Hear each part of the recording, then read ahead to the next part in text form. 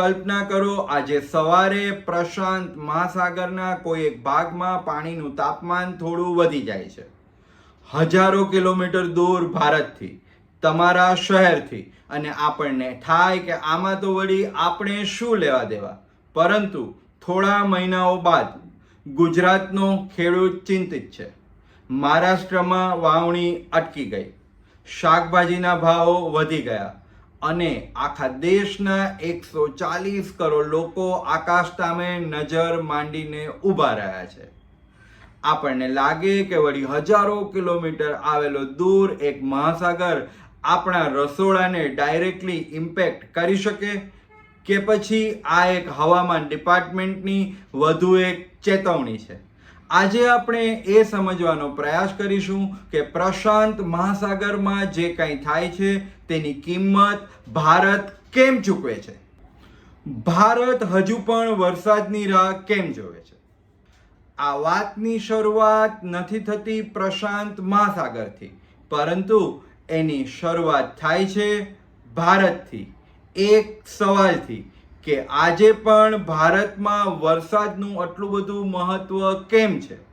કારણ કે ભારત તે વિશ્વની સૌથી મોટી અર્થવ્યવસ્થાઓમાંનું એક છે. આપણી પાસે છે યુપીઆઈ, એઆઈ, સેટેલાઇટ્સ, એક્સપ્રેસવે અને દુનિયાની સૌથી મોટી યુવા વસ્તી. પણ એક વસ્તુ આજે પણ બદલાઈ નથી. જૂન મહિનો આવે અને આખો દેશ વરસાદની રાહ જોવે. આવું શા માટે? કારણ કે આજે પણ ભારતની 60% કરતાં વધારે ખેતી માત્ર વરસાદ ઉપર સીધી જ નિર્ભર છે. અને વરસાદ મોડો આવે, ખેડૂત ચિંતિત થાય. વરસાદ ઓછો આવે, વાવણી ઓછી થાય. વરસાદ ખોટી જગ્યાએ આવે તો પણ નુકસાન થાય. અને આ બધું જ માત્ર ખેડૂતોની જ સમસ્યા નથી, પરંતુ તે તમારા રસોડા સુધી પણ પહોંચે છે. કારણ કે ઘઉં, ચોખા, દાળ, શાકભાજી, તેલીબિયા, ખાંડ, આ બધાની શરૂઆત વરસાદથી જ થાય છે. અને એટલા માટે આજે પણ ભારત વરસાદની રાહ જોવે છે.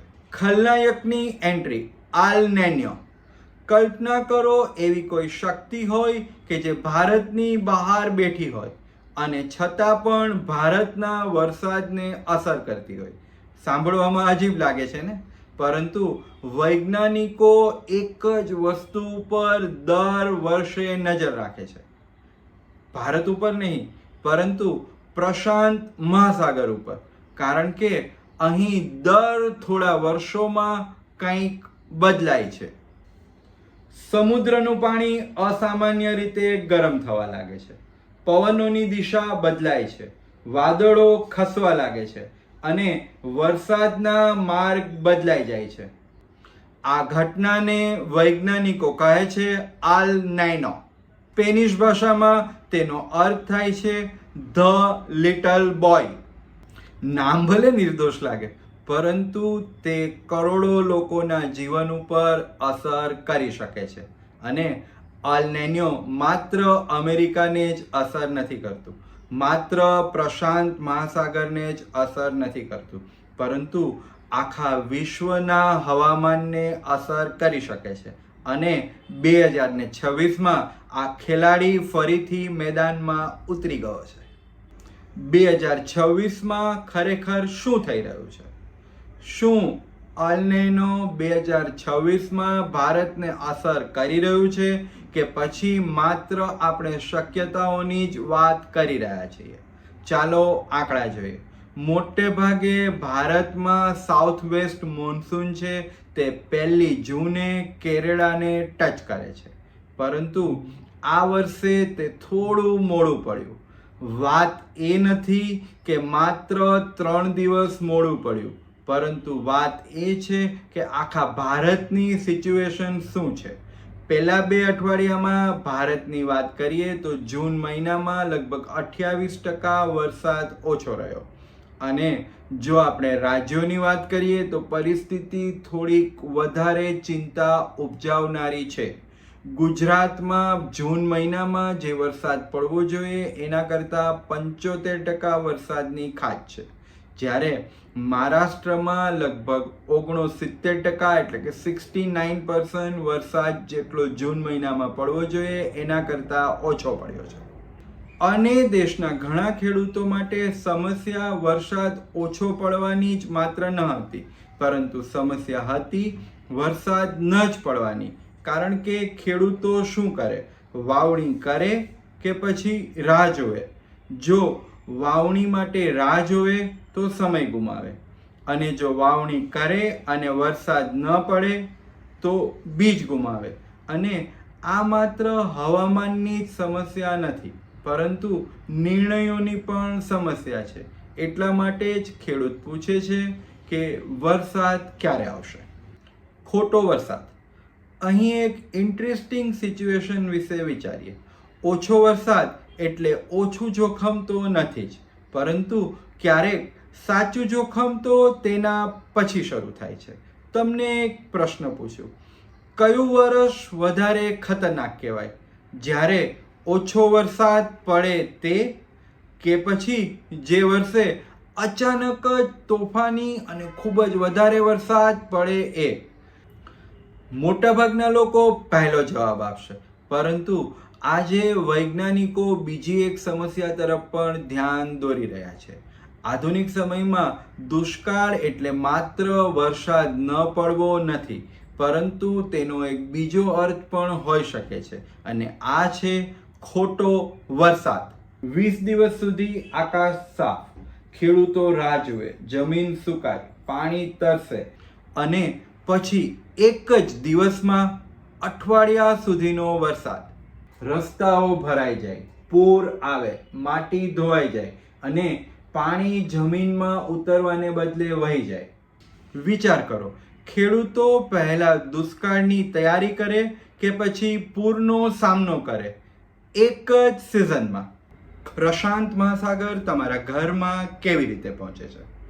અત્યાર સુધીની વાતમાં આપણે જોયું કે આલ નાઇનો વરસાદને અસર કરી શકે છે, પરંતુ આપણામાંથી ઘણા સામાન્ય પરિવાર એવું પૂછશે કે અમે તો ખેડૂત નથી, તો અમારે શું? વરસાદ ઓછો આવે કે વધારે આવે? પરંતુ આવું નથી, કારણ કે વરસાદ માત્ર ખેતર સુધી જ અટકતો નથી, પરંતુ તે અર્થતંત્રમાં પણ પ્રવેશે છે, અને પછી તમારા ઘરમાં. કલ્પના કરો કે વરસાદ ઓછો પડે છે, ખેડૂતની વાવણી મોડી થાય છે, પાક નબળો થાય, ઉત્પાદન ઘટે, બજારમાં માલ ઓછો આવે, અને પછી ભાવો વધવા લાગે. દાળ, ઘઉં, ચોખા, તેલીબિયા, ખાંડ, એક જ વરસાદની ખામી કેટલી બધી જગ્યાએ અસર કરે છે. સૌથી પહેલા ખેડૂત, વ્યાપારી, પરિવહન, બાજાર, અને આખરે ગ્રાહક એટલે કે તમે. વળી વાત અહીં જ પૂરી નથી થતી, કારણ કે ભારતના જે મોટા ભાગના મોટા ડેમો આવેલા છે એ પણ વરસાદના પાણી ઉપર જ નિર્ભર છે. જો આ ડેમો પૂરા ભરાશે નહીં તો તમને પીવાનું પાણી ક્યાંથી મળશે? બીજું, આવતા વર્ષનો જે ખરીફ પાક છે એ ખેડૂતો કેવી રીતે લેશે? એના પછીનો પાક પણ ખેડૂતો કેવી રીતે લેશે? અને અંતે ખાદ્ય પદાર્થોની કિંમત મોંઘી થાય છે, અને જે માત્ર તમારા રસોડાને જ ઇફેક્ટ નથી કરતી, પરંતુ ભારતના અર્થતંત્રને પણ ઇફેક્ટ કરે છે.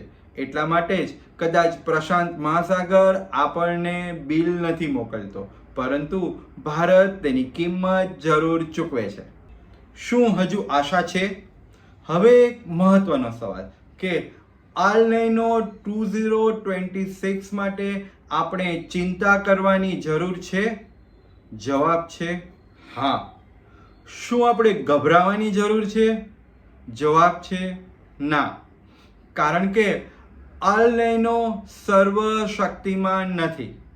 ઇતિહાસની વાત કરીએ તો 1950 થી અત્યાર સુધીમાં ભારતે લગભગ 16 જેટલા આલ નાઇનો અનુભવ્યા છે, અને આમાંથી માત્ર 7 જ એવા હતા કે જેણે ભારતમાં દુષ્કાળ લાવ્યો છે. અધરવાઇઝ બાકીના 9 આલ નાઇનો નોર્મલ કરતાં ઓછો વરસાદ, નોર્મલ વરસાદ અને એક વખત તો નોર્મલ કરતાં પણ વધારે વરસાદ એટલે કે 102% જેટલો વરસાદ થયો.